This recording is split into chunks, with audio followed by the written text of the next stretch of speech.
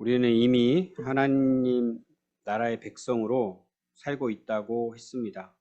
열심히 하나님 나라 백성답게 힘쓰며 살아가는 자들이라고 했습니다. 그렇게 할 수 있는 이유가 있다고 했는데요. 먼저는 말씀이 살아있기 때문에 우리 안에 있는 말씀이 살아서 역사합니다. 한 주간을 되돌아보십시오. 내 안에 말씀이 살아서 역사했는지. 이것을 슬쩍 넘어가려고 하는 크리스찬들이 많아요. 주일날 예배는 드리는데 삶 가운데 내 안에 말씀이 전혀 작동하지 않는, 말씀과 전혀 상관없는 일상의 삶을 살다가 그냥 예배 시간에만 나와서 예배를 드리는. 우리는 그러면 안 됩니다. 여기 계신 분들은 그러면 안 돼요. 다시 한번 삶을 돌아보시고 혹시라도 아직까지 내 삶에 말씀이 전혀 영향을 끼치고 있지 않다다 그러면 돌아보셔야 돼요. 문제를 찾아야 돼요. 잘 못 찾겠다 그러면 기도해야 합니다. 성령 하나님 도와주세요. 깨닫게 해주세요. 뭐가 문제일까요? 제가 예수님을 믿는 사람인데 왜 이렇게 살고 있을까요?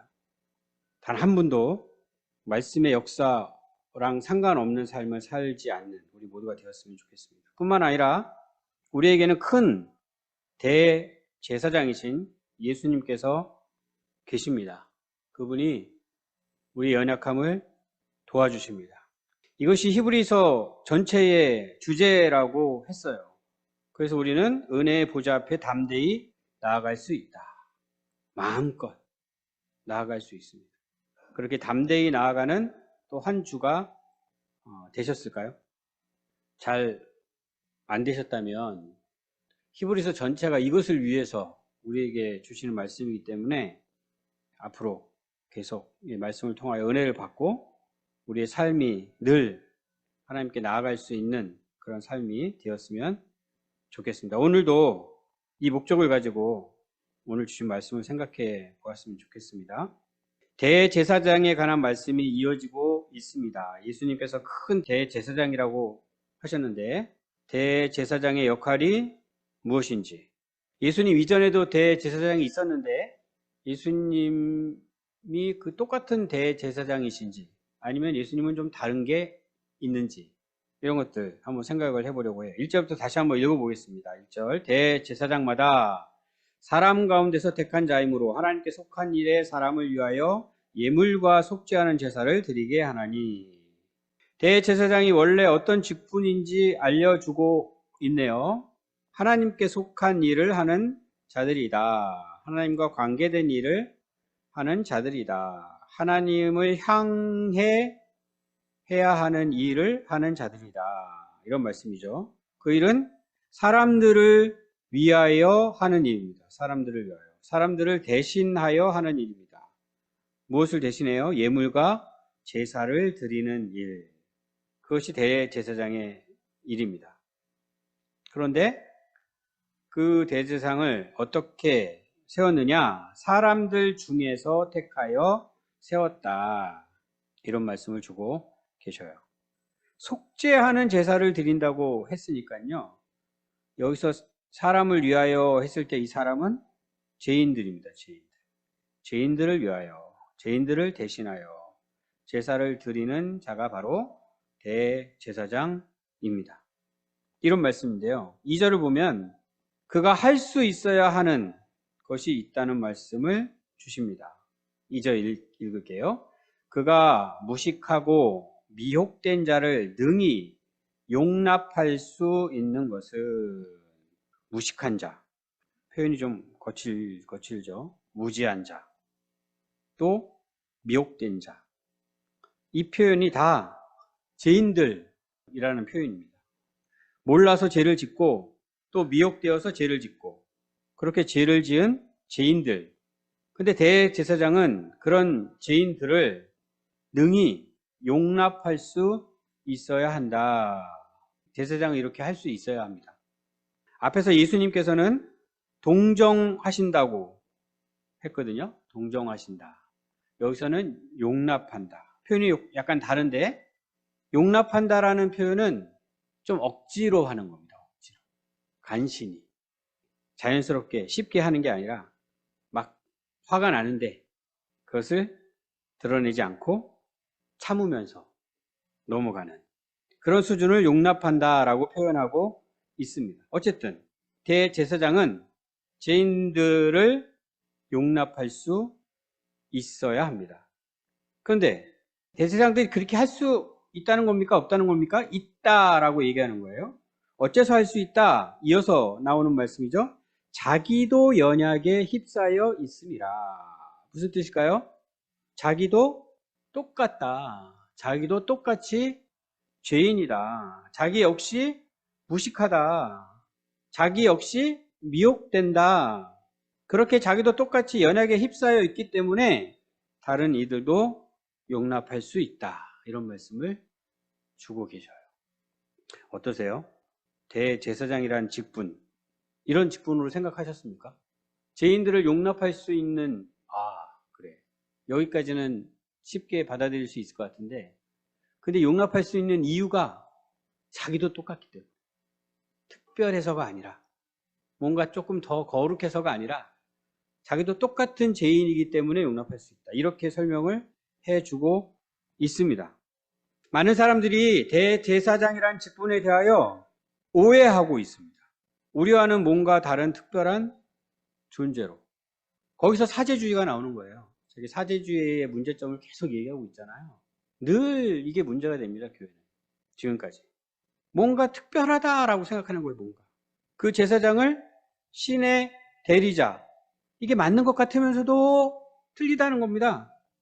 뭔가 특별한 자로 그를 어떻게 해요? 높이죠. 추앙합니다, 추앙. 더 나아가서는 마치 그가 신인 것처럼 생각을 합니다. 제사장 앞에 서면 신 앞에 선 것처럼. 그러니까 그걸 이용하는 자들이 또 생기는 거죠. 자신이 마치 신인 것처럼. 히브리서 기자는 분명하게 그건 잘못된 생각이다 라고 알려주고 있습니다. 너희들과 똑같은 사람들 중에서, 그래서 너희들을 얼마든지 용납할 수 있는 자들 중에서 하나님께서 택하시고 세우신 자가 바로 대제사장이다. 이어서 또 필요한 것이 있다고 3절에서 알려주고 있습니다. 그러므로 백성을 위하여 속죄제를 드림과 같이 또한 자신을 위하여도 드리는 것이 마땅하니라. 그렇겠죠? 똑같으니까.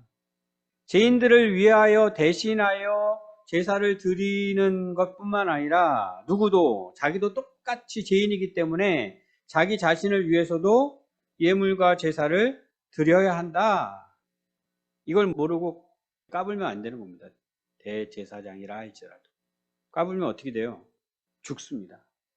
대제사장이 지성소에 들어갈 수 있는 날은 1년에 한 번입니다. 속죄일이라고 합니다. 속죄일.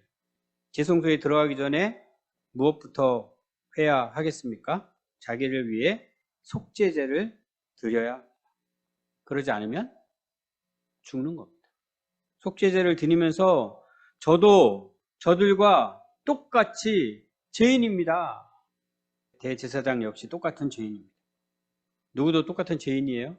목사도 똑같은 죄인입니다. 그러나 대제사장이라는 직분이 특별한 것도 있습니다. 아주 영광스러운 직분입니다. 그 이유를 4절에서 알려주고 있어요. 이 종기는 아무도 스스로 취하지 못하고 오직 아론과 같이 하나님의 부르심을 받은 자라야 할 것이니라. 자기가 대제사장이 되겠다고 해서 될 수 있는 직분이 아니라는 것입니다. 똑같은 죄인들 중에서 대제사장이 세워진 것은 맞지만 곧바로 그 직분은 존귀한 직분이다. 왜?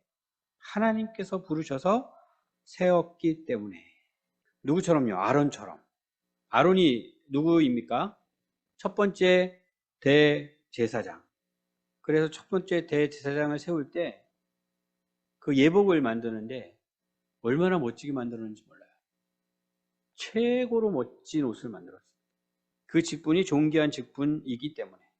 출애굽한 이스라엘 백성들 가운데는 그 직분이 가장 영광스러운 직분이었습니다. 그리고 대대로 아론의 자손들이 이 직분을 계승하게 하셨습니다. 누구나 자기가 원한다고 대제사장이 될 수 있는 것이 아니었어요. 그런데 말씀을 보면 또 내가 대제사장이 되겠다 하고서 까분 사람이 나옵니다. 고라라고, 고라. 어떻게 됩니까? 땅바닥이 갈라져서 집어 삼켜버립니다. 함부로 넘볼 수 없는 직분이 대제사장이다. 이걸 알려주고 있고요. 심지어 왕이라 할지라도 그 나라의 가장 높은 신분이라고 할 수 있는 왕도 함부로 까불면 다치게 되어 있어요. 그러면 하나님께서 어떤 사람을 대제사장으로 선택하실까? 그들이 어떤 자격을 갖추고 있었기에 대제사장으로 택함을 받을 수 있었나? 어떤 자격이 필요합니까? 그런 건 없습니다. 아무 자격 조건이 없어요. 그저 하나님께서 택하신 거예요. 하나님의 은혜로 택함을 받고 세움을 받는 직분이 대제사장입니다. 지금 대제사장이라는 직분에 대하여 우리가 생각해 보고 있는데 이것을 혼동하지 않으셔야 합니다. 정확하게 아셔야 합니다. 똑같은 죄인이라고 했고요. 하지만 그 직분은 굉장히 영광스러운 직분이라고 말씀을 드렸어요. 이것을 혼동하지 않고 정확하게 아셔야 돼요. 이것을 혼동해서 역사적으로 얼마나 많은 잘못들을 되풀이했는지 몰라요. 그리고 우리는 언제 그런 잘못을 또 하게 될지 몰라요. 지금은 목사를 자꾸 그런 직분으로 생각하는 경향이 있습니다. 존귀한 직분은 맞지만 그저 높은 자리에 있는 사람으로 생각해서는 안 됩니다. 목사도 마찬가지. 하나님께서 택하셔서 부르셔서 세우시는 직분이라고 했습니다. 사람이 하고 싶은 마음이 생겨서 할 수 있는 직분이 아닙니다. 어떤 것 같으세요? 목사라는 직분이 어떤 것 같으세요? 지금 이 시대에 목사로 세워지는 자들이 하나님께서 택하셔서 세움을 받고 있는 것 같습니까? 아니면 가만히 생각해 보니 나는 목사가 되어야겠다라고 내가 생각해가지고 목사가 되고 있는 것 같습니까? 함부로 내가 원한다고 해서 할 수 있는 직분이 아니라는 거예요. 그건 목사만 그런 게 아닙니다. 예, 다 마찬가지예요. 교회 직분은 다 마찬가지예요. 제가 원해서 직분을 받았습니다. 이런 분 계세요? 그러시면 안 됩니다. 잘못 알고 계신 거예요. 우리 교회 성도님들은 거의 다 거절을 하시더라고요. 그게 맞아요. 자기가 원해서 맞는 직분이 아닙니다. 하나님께서 택하시고 부르시고 세우시는 직분이다.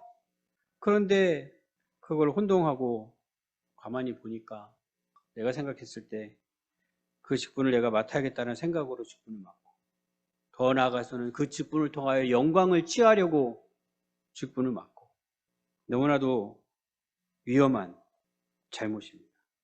교회 세습이라는 말이 있다는 것 자체가, 그런 단어가 있다라는 것 자체가 너무나도 무서운 일입니다.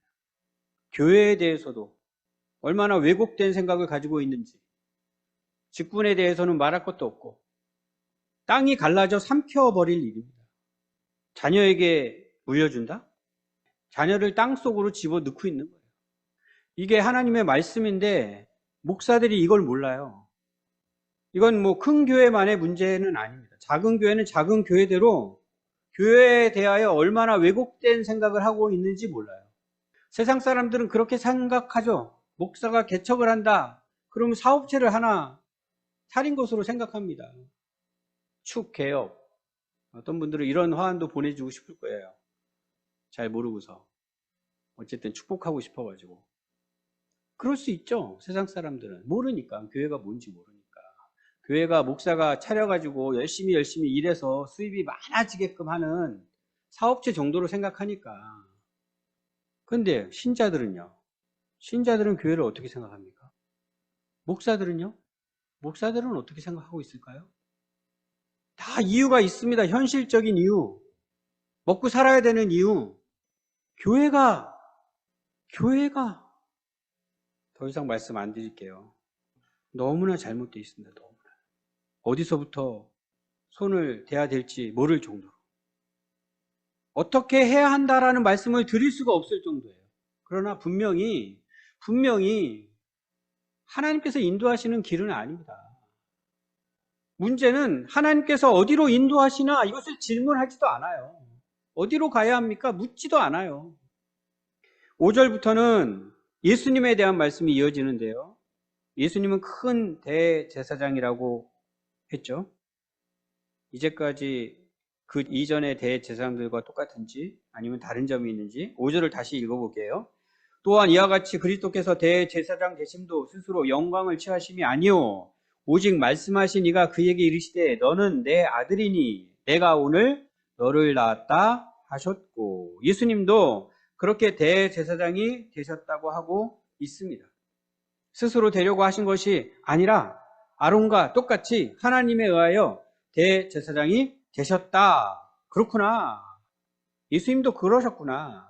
그것을 확인시켜 주고 있는 말씀인데요. 그런데 인용하는 말씀이 조금 이상해요. 너는 내 아들이니 내가 오늘 너를 낳았다. 응? 이게 대제사장이라는 말씀입니까? 이런 생각이 들죠. 시편 2편 7절 말씀인데 이것은 우리가 히브리서 1장에서 이미 확인했던 말씀입니다. 어떤 맥락에서요?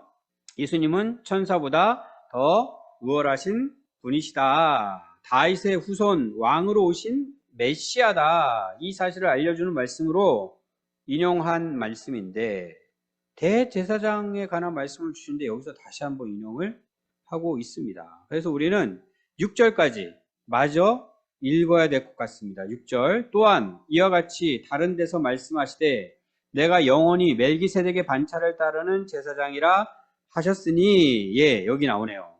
이 말씀은 시편 110편 4절 말씀인데 예수님께서 영원한 제사장이시다, 이것을 증거하는 말씀입니다. 그래서 5절과 6절을 우리는 함께 읽어야 하는데 예수님은 누구시다? 예수님은 이전의 대제사장들과 다르다. 어떤 대제사장이냐? 왕적인 대제사장이시다. 그래서 큰 대제사장이라고 앞에서 표현한 거예요. 아론의 후손으로서의 대제사장이 아니고 멜기세덱의 반차를 따르는 대제사장이시다. 멜기세덱이 누굽니까? 아브라함을 축복했던 제사장입니다. 갑자기 등장하는 제사장인데 창세기에 특이한 것은 그가 왕이다 이렇게 설명을 해줘요. 그는 왕이다. 왕인데 제사장. 그래서 멜기세덱의 반차를 따르는 제사장이다 이렇게 말씀을 해주고 계신 것입니다. 이에 관한 말씀은 또 뒤에서도 계속 나오기 때문에 나중에 또 더 생각해 보기로 하고요. 다시 요약해 드리면 아론의 후손으로서의 대제사장은 아니시다. 그러나 하나님께서 세우신 것은 동일하다. 하나님께서 미리 약속해 주신 말씀 그대로 멜기세덱의 반차를 따라 세움 받으신 왕적인 대제사장이시다. 이런 말씀을 주고 있는 것입니다. 그리고 이어지는 7절 말씀에서도 앞에서 소개한 대제사장이 할 수 있어야 하는 것, 예수님도 하실 수 있다, 이런 말씀을 주고 있습니다. 우리 7절을 함께 읽어볼까요? 시작. 그는 육체에 계실 때 자기를 죽음에서 능히 구원하실 이에게 심한 통곡과 눈물로 간구와 소원을 올렸고 그의 경건하심으로 말미암아 들으심을 얻었느니라. 이것이 어떻게 가능해졌다는 말씀이에요? 예수님이 사람의 몸을 입고 이 땅에 오셨기에 가능해졌다. 앞에서 대제사장들은 똑같은 죄인들이기 때문에 용납할 수 있다라고 했는데 예수님은 그렇지 않죠? 대신 어떻게 하셨어요? 똑같이 인간의 몸을 입고 이 땅에 오셨습니다. 누가복음을 묵상하고 계시잖아요. 누가복음 묵상을 하면서 그런 생각을 자꾸 하게 되더라고요. 내가 그 자리에 있었다면, 내가 거기 있었다면 예수님을 얼만큼 알게 됐을까? 예수님을 얼마만큼 알게 됐을까? 거기 있다고 해서 예수님을 알게 되는 건 아닌 것 같아요. 그죠? 계속 의심의 눈초리로 쳐다보면서 어떻게 해서든 아닌 것을 밝혀내기 위해서 그런 목적으로 예수님을 따라다니는 사람들도 있더라고요. 또 우리 김경희 집사님 질문을 해주셨지만 세례 요한이 어떤 인물입니까? 그러니까 세례 요한조차도 되어지는 상황을 보면서 혹시 아니? 뒤에 다른 분? 이런 생각을 했다는 거잖아요. 그 자리에 있으면 나는 반면에 제사함을 받은 자들을 보면 완전히 다르죠, 완전히. 지금 이제 세상 사람들이 예수 미쳤다 그런 상황이 되는 거죠. 완전히 달라집니다, 완전히. 예수님에 대하여 알게 된 거죠. 그분이 어떤 분인지를. 나는 그 자리에 있으면 나는 어떻게 예수님을 어떻게 알게 됐을까? 그런 생각이 들더라고요. 우리 성도님들도 그런 생각을 하면서 말씀 묵상을 한번 해보셨으면 좋겠습니다. 그 자리에 내가 있었다. 어느 쪽에 속해 있을까? 진짜 예수님을 만나야 합니다. 살아계신 예수님을 만나야 합니다. 이 문자로만, 글자로만, 책으로만 예수님을 알고 믿는다고 고백하고 넘어가서는 안 되고요. 정말 예수님을 알아야 합니다. 예수님이 누구신지. 먼 나라의 유명한 인물 아는 것처럼 알면 안 되고요. 나를 아시는 예수님, 나를 너무나 잘 아시는 예수님, 나를 너무나 사랑해 주시는 예수님, 그분을 만나고 그분을 알아야 합니다. 오늘은 십자가의 죽음 앞에 선 예수님을 생각해 보아야 합니다. 예수님의 마음이 어떠셨을까? 사람으로 오신 예수님, 하나님이신 예수님, 십자가의 죽음쯤 이렇게 생각하시면 안 되고요. 진짜로 사람으로 오셨습니다. 진짜로 사람으로 오셔서 사람으로 십자가의 죽음 앞에 서신 거예요. 예수님의 마음이 어떠셨을까? 내가 그 자리에 섰다면 내가 어떻게 했을까? 그 자리에 섰으면 하나님께 어떤 기도를 올려 드렸을까? 통곡과 눈물로 간구와 소원을 올렸을까? 예수님께서 똑같이 그렇게 하셨다는 것입니다. 그리고 그때 아버지께서 그 기도를 들으셨다는 것입니다. 혹시 이 대목도 이상하다는 생각이 드시지는 않습니까? 예수님께서 들으심을 얻은 것이 맞나? 하나님께서 그 기도를 들으시고 응답하신 거 맞나? 예수님은 그냥 십자가에 달려 죽임 당하신 거 아닌가? 들으심을 얻었다는 게 도대체 뭐지? 지금 읽으신 7절 말씀은 3절 말씀과 연결지어서 읽을 수 있어요. 3절에서도 대제사장이 하나님께 드린 것에 관하여 이야기했습니다. 자신을 위하여 속죄제를 드리는 것이 마땅하다. 예수님은 죄가 없으세요. 그래서 속죄제를 드릴 필요는 없습니다. 근데 우리와 똑같은 몸을 입고 이 땅에 오셔서 우리가 겪을 수 있는 모든 것, 그 이상을 다 겪으시면서 예수님께서도 하나님께 드린 것이 있다. 이런 말씀을 주시는 거예요. 원문을 보면 3절에서 드린다라고 번역되어 있는 단어와 7절에서 올렸다고 번역되어 있는 단어가 같은 단어예요. 3절에서는 대제사장이 드리고 7절에서는 예수님이 드리고. 무엇을 드려요? 간구와 소원, 심한 통곡과 눈물로. 그리고 하나님은 어떻게 하셨다? 들으셨다라고 번역되어 있는데 받으셨다. 그러면 예수님께서는 어떤 기도를 드리셨을까요? 어떤 내용의 기도를 드리셨을까요? 우리와 똑같은 몸을 입고 오셔서 우리와 똑같은 연약함을 입으신 상황에서 심한 통곡과 눈물로 지금 기도를 드리고 계신데 어떤 내용의 기도였을까요? 우리가 알고 있는 게 있죠. 이 잔을 옮겨주세요. 이 기도를 하시는 걸까요? 아버지의 원대로 하십시오. 이 기도를 하시는 걸까요? 예수님께서 하나님 아버지께 드리는 기도는 결국 아버지의 원대로, 아버지의 원대로.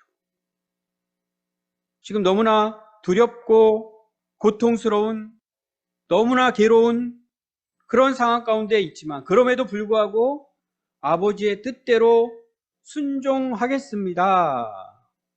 이렇게 기도하고 계신 거예요. 그 기도는 실제 삶으로 그대로 이어집니다. 그 기도처럼 예수님 자신을 그대로 내어 드립니다.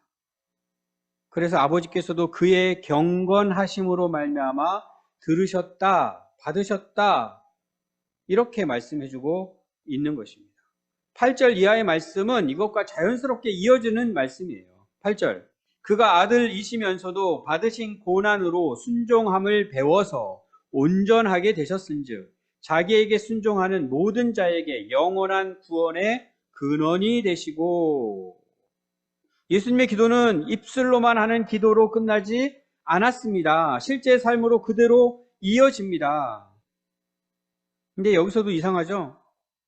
예수님이신데, 하나님의 아들이신데, 하나님과 동일한 영광을 가지신 분이신데, 이럴 필요가 전혀 없는 분이신데, 왜 이렇게 하시나?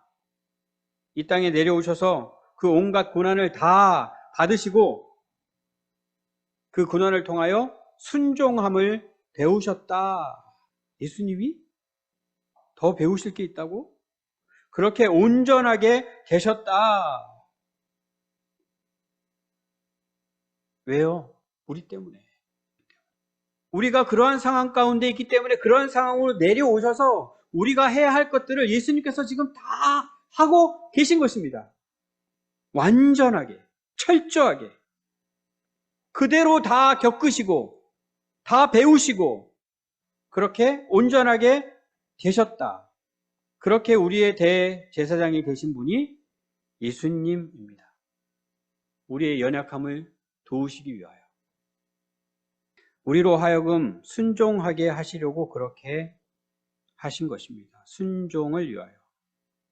우리는 너무나 연약해서 도저히 순종할 수 없는 그런 자들인데 우리의 순종을 도와주시기 위하여 그럴 필요가 전혀 없는 예수님께서 그렇게 하셨다. 그렇게 영원한 구원의 근원이 되셨다. 이런 말씀입니다. 그럼 이제 우리는 어떻게 합니까? 예수님 그대로 따라가면 됩니다. 이제 우리 차례라는 것이에요. 대제사장을 하나님께서 택하시고 부르셔서 세우셨다고 했는데 이제는 하나님께서 우리를 택하시고 부르셔서 세웁니다. 어떤 존재로? 왕 같은 제사장으로. 왕 같은 제사장으로. 오늘 말씀을 생각해 보니까 이 말씀이 어떤 의미냐면 예수님처럼 우리를 부르셨다는 거예요. 구약시대의 대제사장 수준이 아닙니다. 왕 같은 제사장. 멜기세덱의 반차를 따르는 대제사장 예수님처럼 왕 같은 제사장으로 우리를 부르셨습니다. 특별한 분들만요? 직분자들만요? 아니요. 여기 계신 모든 성도님들 한 분 한 분을 예수님께서 그렇게 부르셨어요. 그리고 우리가 순종함을 배울 수 있도록 예수님께서 미리 다 하셨다는 말씀입니다. 순종이 나오고 구원이 나옵니다. 말씀을 보니까 순종이 나오고 구원이 나와요. 그럼 우리는 또 자동적으로 순종을 해야 구원을 받는다는 거구나 이렇게 생각할 수밖에 없는데 그런 것들이 자꾸 오해입니다. 구원의 완성은 완전한 순종입니다. 구원의 완성은 완전한 순종이에요. 순종을 하면 구원을 받는 것이 아니고요. 우리는 이미 구원을 받았습니다. 그런데 구원을 이루어야 된다고 했어요. 이루어놔야 된다. 우리가 힘써가지고 구원을 지금 계속 이루어야 돼요. 그럼 뭐 하자는 거예요? 순종하자는 겁니다. 순종하는 것이 얼마나 좋은 건지. 순종이 굉장히 불편한 것이라고 생각을 하고 있으니까 자꾸 그런 오해를 하는데, 순종이 얼마나 좋은 건지. 그 완전한 순종을 위하여 우리가 열심히 구원을 이루어야 한다는 것입니다. 이것이 가능하다, 불가능하다. 우리는 또 자꾸 이거는 불가능하다. 그렇죠. 우리만 생각하면 불가능하죠. 그런데 지금 예수님께서 대제사장으로 계시고 우리의 연약함을 도와주신다. 우리는 마음껏 보좌로 나아갈 수 있다. 이런 말씀을 하시는 이유가 뭐다? 예수님께서 그렇게 다 도와주신다, 우리를. 그래서 가능하다. 우리는 믿고 따라가기만 하면 된다. 이런 말씀을 주시는 것. 고난에 대해서는 또 어떻게 생각할 수 있습니까? 순종함을 배우기 위하여 고난도 필요하다. 이렇게 생각할 수 있어야 해요. 예수님이 그렇게 하셨다고 말씀하시잖아요. 기꺼이 고난을 맞이할 수 있어야 합니다. 내게 고난이 또 찾아왔을 때 내가 또 이렇게 순종함을 배울 수 있겠구나라고 기회로 생각할 수 있어야 합니다. 내가 또 이렇게 온전해질 수 있겠구나. 예수님이 믿는 자들은 이렇게 생각해야 한다고 지금 히브리서 기자가 말씀해주고 있는 것입니다. 기도는 또 어떻게 해야 합니까? 경건함으로 기도해야 합니다. 경건이 뭘까요? 경건을 어렵게 생각하지 마십시오. 하나님의 뜻을 받드는 것입니다. 하나님의 뜻을 받들어 따르는 것이 경건입니다. 경건함으로 내가 기도하고 있는지 생각해 보십시오. 기도에 대하여 내가 어떤 생각을 하고 있는지, 내가 원하는 것, 하나님께 간구하는 것, 그것이 전부가 아닙니다. 그것으로 시작할 수는 있습니다. 마지막은 아버지 원대로. 하나님께 간구하고 그것으로 끝이 아니라 그 간구는 나 자신을 하나님께 드리는 것입니다. 찬송이 제사인 것처럼 기도가 제사입니다. 우리의 몸을 산 제물로 드리라. 기도로 시작하여 그렇게 할 수 있는 것입니다. 예수님께서 우리에게 보여주신 기도, 가르쳐주신 기도의 생각을 잘못하고 있다면 그 생각조차도 우리는 바꿀 수 있어야 합니다. 경건한 기도, 경건한 삶으로 이어지도록 오직 아버지의 원대로 따르는 그러한 삶을 살아갈 수 있도록 오늘 우리 성찬에 참여하게 되는데 우리가 어떤 존재로 부르심을 받은 자들인지 분명하게 아셔야 합니다. 예수님과 상관없이 따로 아니고요. 예수님과 함께. 예수님께서 우리 안에 계십니다. 우리가 예수님 안에 있습니다. 우리는 연약하여서 도무지 순종할 수 없는 자들이지만 예수님이 우리를 도우십니다. 언제요? 우리가 예수님의 길을 따라갈 때, 그 길을 따라가며 순종함을 배우려고 할 때, 그 은혜가 우리 모두에게 있기를 주님의 이름으로 축복합니다.